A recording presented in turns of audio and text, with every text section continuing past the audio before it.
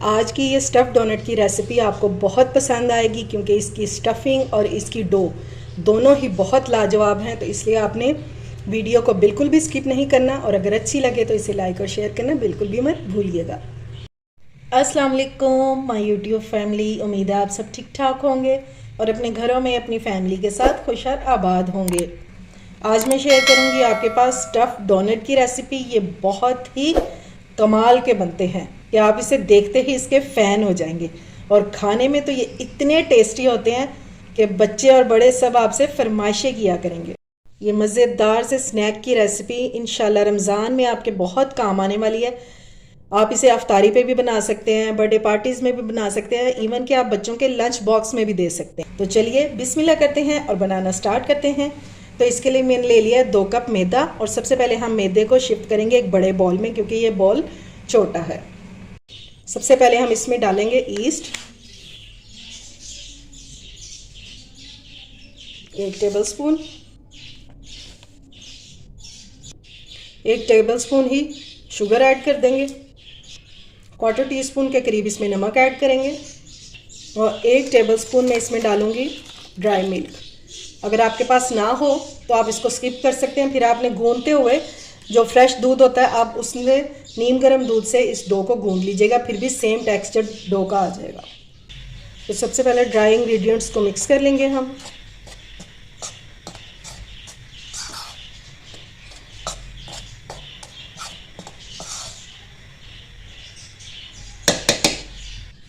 अच्छा जी, अब नीम गर्म मैंने पानी ले लिया और इसको थोड़ा थोड़ा डालेंगे और मिक्स करते जाएंगे। पानी ना ज़्यादा गर्म होना चाहिए और ना ही ज़्यादा ठंडा। ये लो जी, मैदे को मैंने इकट्ठा कर लिया। अब इतना सा जो है ना मैदा, ये हम छोड़ देंगे इसको गूंदने के लिए, ठीक है। आपने सारा जो है वो नहीं मिक्स कर देना, ये थोड़ा सा छोड़ देंगे और इसी के साथ हमारी जो डो है ये बहुत परफेक्ट तरीके से तैयार हो जाएगी। अब इसको काउंटर पे निकाल लेंगे। आपने देखा कि अभी तक मैंने इसमें ऑयल ऐड नहीं किया, ठीक है। तो अब हम इसमें डालेंगे इस टाइम पे, गूंदने के टाइम पे 2 से 3 टेबलस्पून ऑयल के ऐसे ही डाल देंगे और अब हमने इसको अच्छे से गूंद लेना है। इससे हमारी डो की स्टिकीनेस भी ख़त्म हो जाएगी और ये बहुत अच्छे से गूंद भी जाएगी।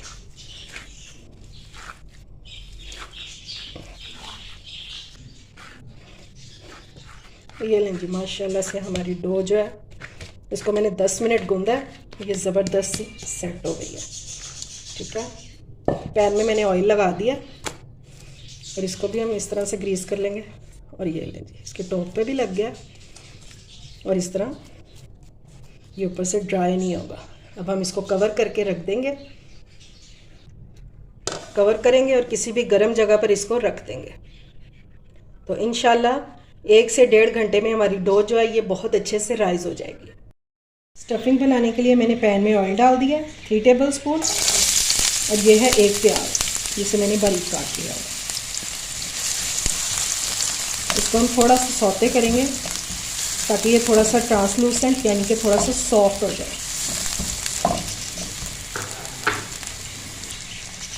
प्याज हमारा ट्रांसलूसेंट सा हो गया और इसका कच्चापन भी ख़त्म हो गया, ठीक है। तो अब हम इसमें डालेंगे चिकन।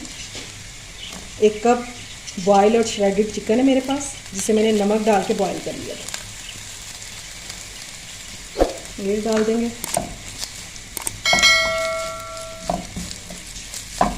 सारा कुछ इकट्ठा ही डाल देंगे, झटपट से स्टफिंग जो है हमारी रेडी हो जाएगी।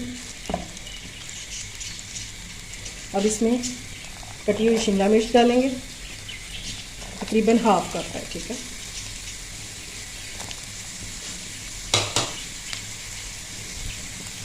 एक गाजर ऐड कर देंगे जिसे मैंने कद्दूकश कर लिया हुआ है। 3 सब्ज़ मिर्चें हैं जिन्हें मैंने बारीक काट लिया था, ये डाल देंगे। अच्छे से इसको मिक्स कर लेंगे और उसके बाद इसमें स्पाइसेस ऐड करेंगे। अगर आप इसमें चाहें तो बंद गोभी भी डाल सकते हैं और अगर इनमें से कोई वेजिटेबल आप स्किप करना चाहते हैं तो वो भी कर सकते हैं। इंशाल्लाह ये बहुत मज़े के स्टफ़ डोनट्स जो हैं ये बनके तैयार होंगे। बहुत आपको ये पसंद आएगी रेसिपी। अब इसमें डालेंगे ज़ीरा पाउडर 1 टीस्पून, कुटी हुई मिर्चें डालेंगे 1/2 टीस्पून, और सूखा धनिया भी थोड़ा सा डाल देंगे, तकरीबन 1/4 टीस्पून जितना, और ब्लैक पेपर भी हम इसमें डाल देंगे 1/2 टीस्पून। 1/4 टीस्पून हम ऐड करेंगे जिंजर पाउडर, और 1/2 टीस्पून इसमें ऐड करेंगे गार्लिक पाउडर। आप चाहें तो इसमें फ्रेश भी ऐड कर सकते हैं, मैं इसमें पाउडर ऐड कर रही हूँ। अब हमें इसको अच्छे से मिक्स कर लेना है। अभी मैंने इसमें नमक ऐड नहीं किया, 1/2 टीस्पून इसमें मैं नमक ऐड कर दूँगी।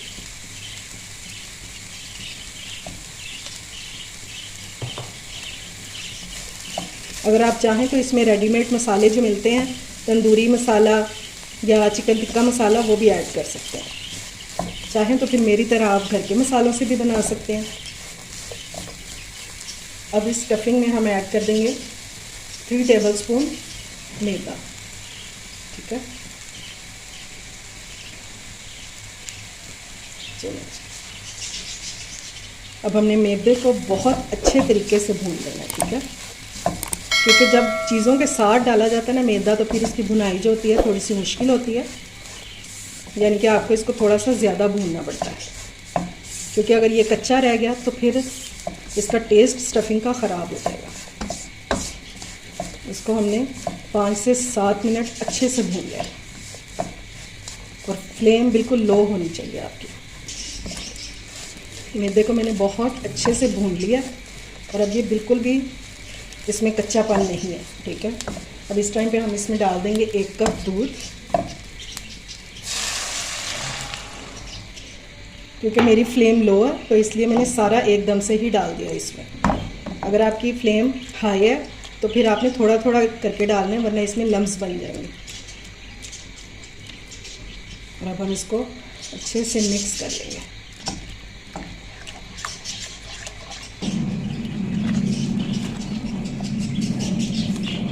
इसी टाइम पर हम इसमें ऐड कर देंगे 2 आलू, जिन्हें मैंने बॉईल करके और इस तरह मैश कर लिया हुआ है, ठीक है।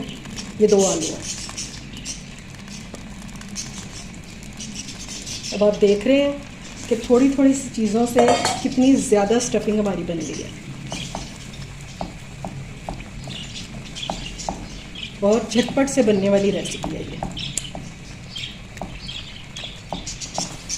बस अब अच्छे से हमने मिक्स कर लेना है कि जब तक ये दूध ड्राई हो तो हमारी चीज़ें भी सारी मिक्स हो चुकी हैं। और इस तरह मैश करते हुए हमने सारी चीज़ों को मिक्स कर लेना है।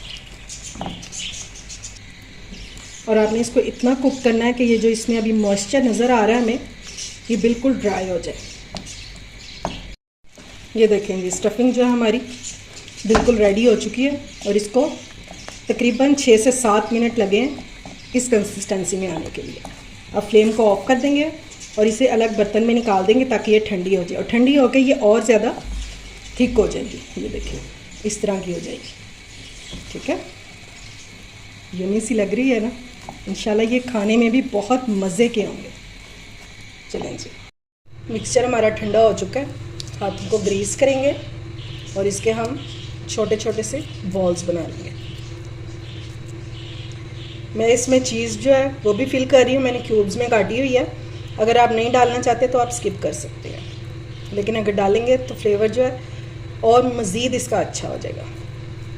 बस इस तरह से हमने इसको रोल कर देना है, और ये हमारे छोटे से बॉल्स जो हैं ये रेडी हो जाएंगे।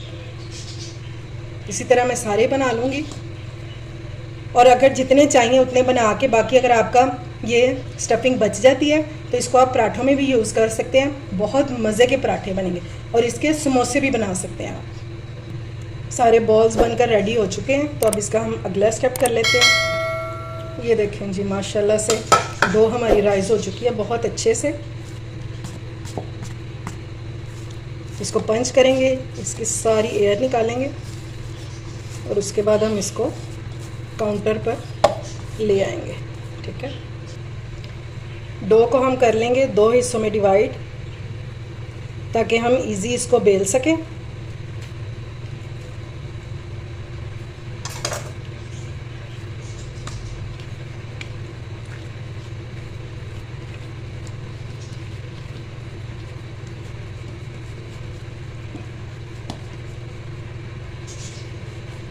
और इस तरह से हमने बेलन से इसको बेल लेना, ठीक है। ज़्यादा हमने इसको पतला नहीं करना, लेकिन ज़्यादा मोटा भी नहीं रखेंगे।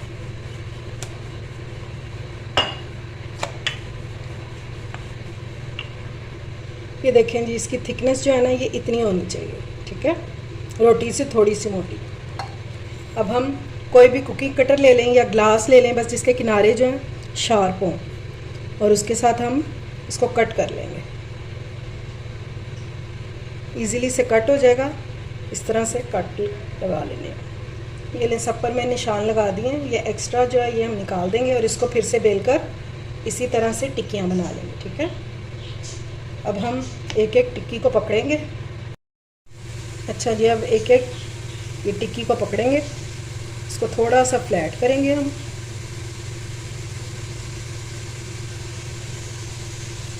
इसके ऊपर हमने ये बॉल्स रख देने जो हमने बनाए थे, और इसको हमने कवर कर देना इस तरह से करते हुए। ज़्यादा नहीं खींचेंगे, लेकिन क्योंकि ये स्ट्रेचेबल है पिज़्ज़ा डो जो है, तो इसको हम इस तरह करते हुए सारे इसको छुपा देंगे।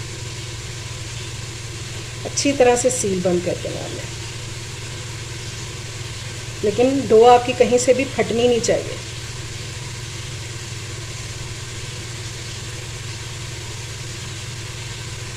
ठीक है, उसके बाद हम इसको दबा देंगे ऐसे और इसको शेप दे देंगे।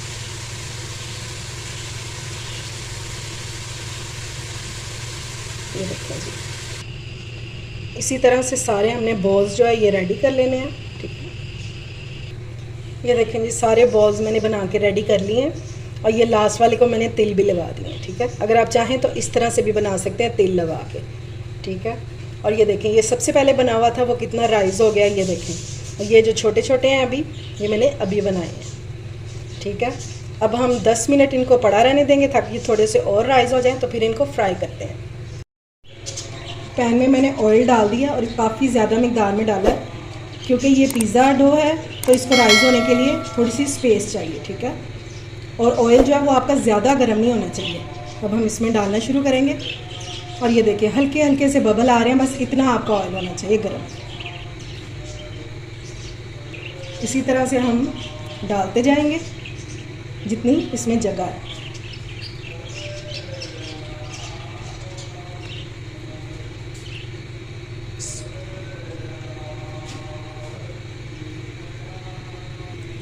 ये देखें जी, पैन में मैंने डाल दिए हैं 5 अदद, ठीक है। अब जूं जूं ये राइज होते जाएंगे तो ये खुद ब खुद ऊपर आते जाएंगे, हमें बिल्कुल भी इनको टच करने की ज़रूरत नहीं है।